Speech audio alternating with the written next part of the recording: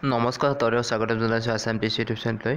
মই যে মনোযোগ লৈছোঁ ক্লাছ 10ৰ অসমীয়াৰ লেছন 5ৰ কুৱেশ্যন এনচাৰৰ তৃতীয় পাৰ্ট অৰ্থাৎ ইয়াৰ আগত দুটা পাৰ্ট যদি চোৱা নাই চাব, আৰু যদি মই চেনেললৈ ছাবস্ক্ৰাইব কৰি আহিব যাতে আগলৈ এনেকুৱা ভিডিঅ' পাই থাকে, তাৰ আশা কৰি মই আৰম্ভ কৰিছোঁ। কুৱেশ্যন নম্বৰ 7, দৃষ্টান্তৰ কবিতাটোত কবিগৰাকীৰ এটা চমু পৰিচয় দিয়া। উত্তৰ: হৰকৃষ্ণ ডেকাৰ 1943 চনৰ জন্ম হয়। তেওঁৰ পিতৃৰ নাম নৰেন্দ্ৰ নাথ ডেকা আৰু মাতৃৰ নাম কামিনী ডেকা। তেখেতে তিনিচুকীয়াত শিক্ষা জীৱন আৰম্ভ কৰি তাৰ পৰাই 1959 চনত প্ৰৱেশিকা পৰীক্ষাত উত্তীৰ্ণ হৈ গুৱাহাটীৰ কটন কলেজত পঢ়িবলৈ লয়। 1963 চনত কটন কলেজৰ পৰা স্নাতক আৰু 1965 চনত ইংৰাজী বিষয়ত MA পাছ কৰে। তেখেতে গুৱাহাটীৰ কমাৰ্চ কলেজত অধ্যাপনাৰে চাকৰি জীৱনৰ পাতনি মেলে যদিও 1968 চনত ভাৰতীয় আৰক্ষী সেৱাত যোগদান কৰি 2003 চনত আৰক্ষী সঞ্চালক হিচাপে অৱসৰ গ্ৰহণ কৰে। তেখেতে দ্য চেণ্টিনেল আৰু গৰীয়সী আলোচনীৰ সম্পাদনাৰ দায়িত্ব গ্ৰহণ কৰিছিল। তেওঁৰ একমাত্ৰ উপন্যাসখনৰ নাম হ'ল আগন্তুক। তেখেতে ৰাতিৰ শোভাযাত্ৰা, আন এখন চিজকেৰী আদি কবিতাপুথি, গল্প আৰু কল্প, মধুসূদনৰ দলং, মৃত্যুদণ্ড আদি গল্পপুথি ৰচনা কৰাৰ উপৰি কেইবাখনো পুথিত অসমীয়া ভাষালৈ অনুবাদ কৰিছিল।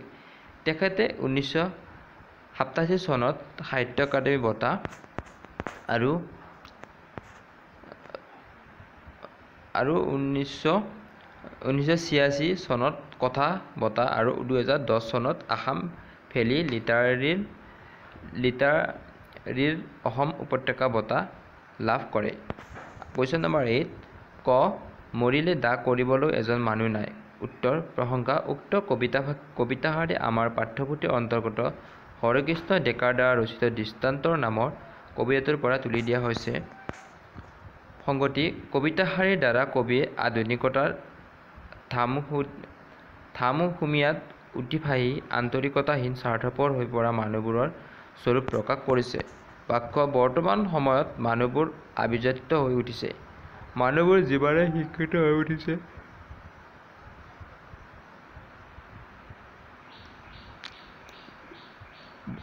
আৰু এবাৰ মই কৈ দিছোঁ। বাক্য: বৰ্তমান সময়ত মানুহবোৰ আভিজাত্য হৈ পৰিছে। মানুহবোৰ যিমানে শিক্ষিত হৈ পৰিছে, মনবোৰ স্বাৰ্থপৰ হৈ পৰিছে। মানুহবোৰ নিজকে লৈ ব্যস্ত হৈ পৰিছে। মানুহবোৰৰ এনে ব্যস্ততাৰ বাবে নিজৰ মানুহৰ ভিতৰতে খবৰ ল'ব সময় যেন নাইকিয়া হৈ পৰিছে। মানুহবোৰ শিক্ষা দীক্ষা, ব্যস্ততা, আভিজাত্য আদিক লৈ প্ৰতিযোগিতাত নামি নিজৰ মানৱীয় গুণ, আন্তৰিকতা, সবলতা, মৰম, দয়া আদি সকলোবোৰ হেৰুৱাই পেলাইছে। মানুহবোৰ নিজক লৈ ব্যস্ত হৈ পৰিছে যে বিপদে আপদে কোনো কাৰো সহায় কৰিবলৈ ওলাই নাহে।